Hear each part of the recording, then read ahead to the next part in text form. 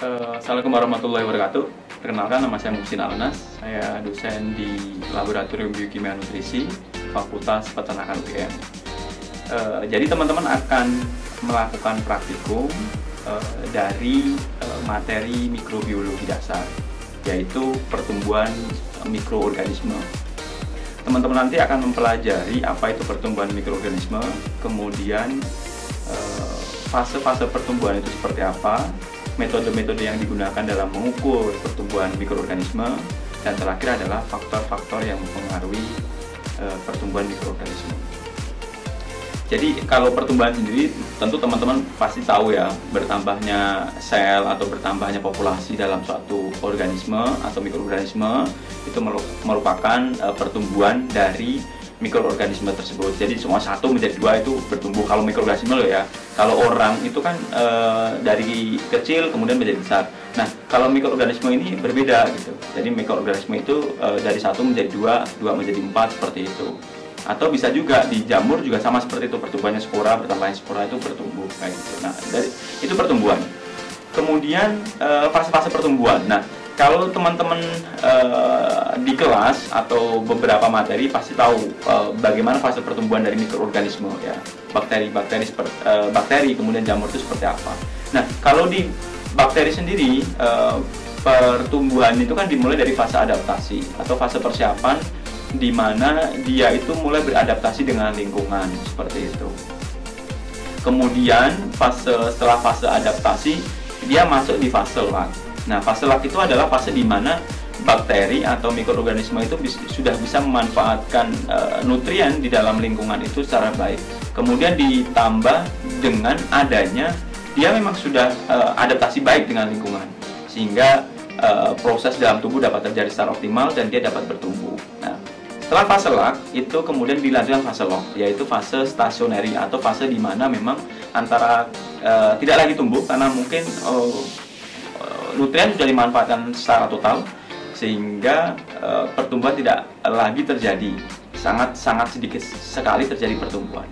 Nah, setelah fase pertumbuhan atau fase stationary itu terjadi, itu fase berikutnya adalah fase death atau kematian.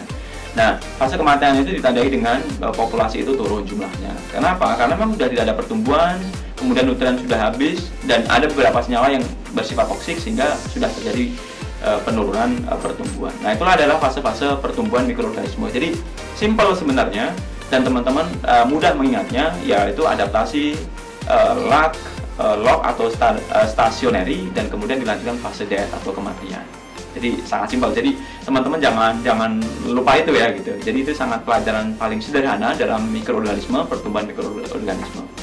Nah, kemudian ketika kita berbicara tentang fase pertumbuhan atau kemudian pertumbuhan dari mikroorganisme, itu kita harus tahu faktor-faktor apa yang mempengaruhi. Di awal tadi sudah sedikit disebutkan bahwasanya lingkungan kayak gitu. Lingkungan itu seperti apa sih sebenarnya gitu. Nah, ada bakteri yang kemudian hidup di aerob atau kemudian dia harus membutuhkan oksigen. Ada bakteri yang kemudian dia tidak dapat hidup di aerob atau bisa dikatakan anaerob. Jadi harus ada CO2. Nah, tipikal lingkungan yang kemudian dibutuhkan dari mikroorganisme itu harus sangat-sangat diperhatikan. Kenapa? Karena ketika lingkungan itu tidak sesuai, bakteri tidak akan tumbuh seperti itu. Nah, itulah lingkungan. Kemudian suhu itu sangat menentukan. Ada bakteri yang kemudian hidup di suhu panas, ada yang sedang-sedang saja dan sangat dingin bisa. Ada juga gitu. Tergantung bakteri atau mikroorganisme itu kemudian beradaptasi. Nah, selain itu juga pH menentukan. Ada yang sangat dia asam. Kalau teman-teman besok melakukan isolasi nih bakteri yang ada di saluran cerna, kan ada bakteri di usus dengan pH berapa sih di usus, kayak gitu kan, mendekati netral. Kemudian ada bakteri yang kemudian di asam lambung. Nah, jangan salah, di lambung pun juga ada bakteri kayak gitu. Di rumen ada bakteri juga yang pH-nya netral. Ketika di rumen itu kemudian pH-nya tidak teratur, ya akhirnya pertumbuhannya berpengaruh terhadap pertumbuhannya gitu. Jadi bisa dipastikan kalau semuanya lingkungan itu tidak sesuai, ya pertumbuhan tidak optimal, bahkan bisa menyebabkan bakteri tersebut mengalami kematian. Nah, itu beberapa faktor yang mempengaruhi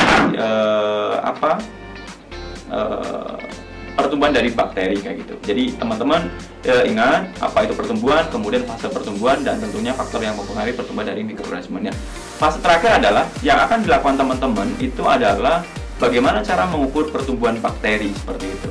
Jadi banyak jenis bakteri, banyak cara mengukur kayak gitu. Nah, yang akan teman-teman lakukan itu adalah bagaimana mengukur secara kuantitatif pertumbuhan bakteri. Nah, teman-teman nanti akan melakukan uji pertumbuhan bakteri aerob, yakni kemudian teman-teman nanti akan membuat medium yang dibutuhkan untuk pertumbuhan bakteri, yaitu Lactobacillus plantarum.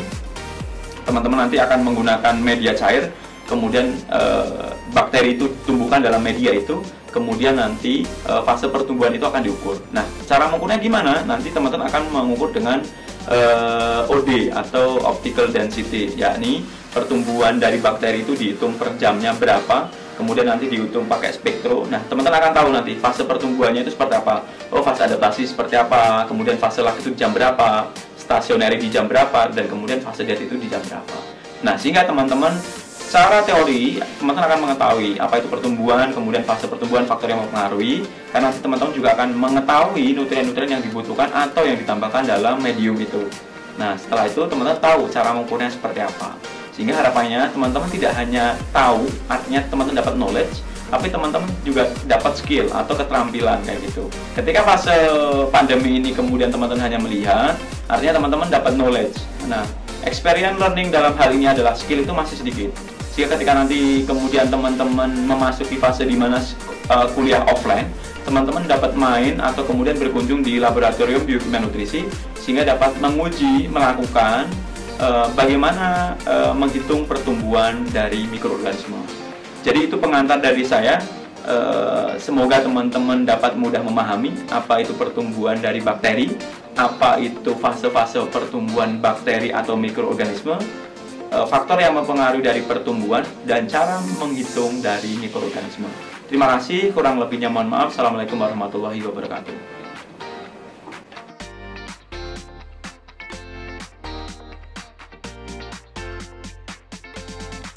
Mula-mula, komponen medium aerob ditimbang sesuai dengan tabel komposisi medium.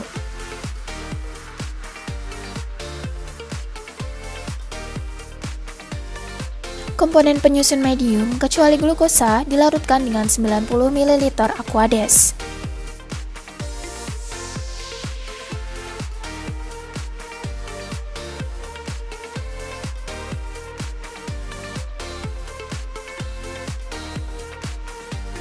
Glukosa dilarutkan dengan 10 ml Aquades.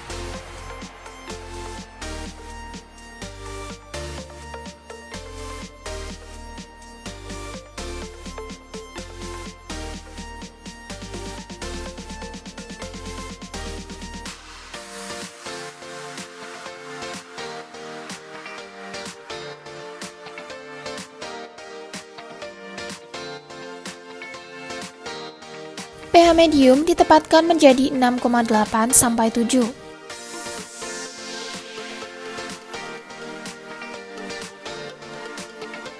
Larutan medium dipanaskan dan dihomogenkan dengan magnetic stirrer sampai mulai mendidih.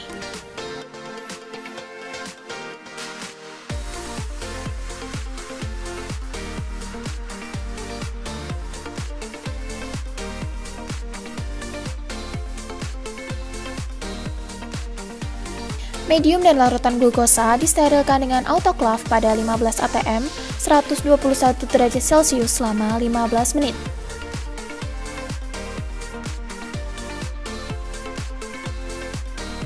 Di dalam laminar airflow, campur medium dengan larutan glukosa secara aseptis.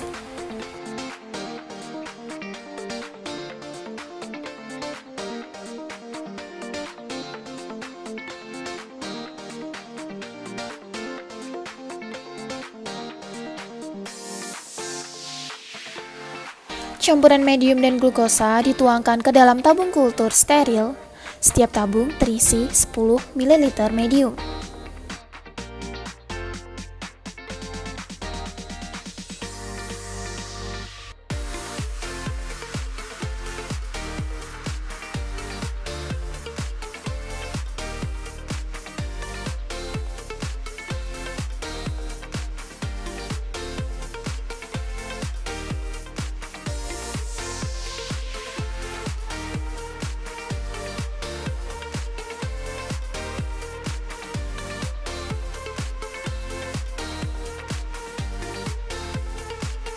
Masukkan inokulum bakteri asam laktat Lactobacillus plantarum sebanyak 1 ml ke dalam tabung kultur.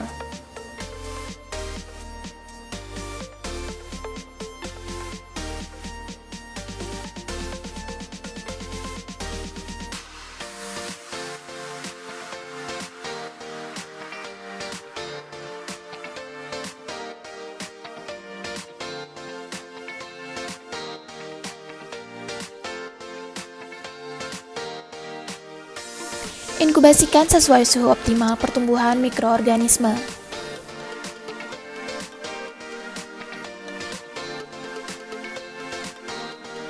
Setiap 1 jam, fermenter ditera absorbansinya dengan menggunakan spektrofotometer pada lambda 600 nanometer.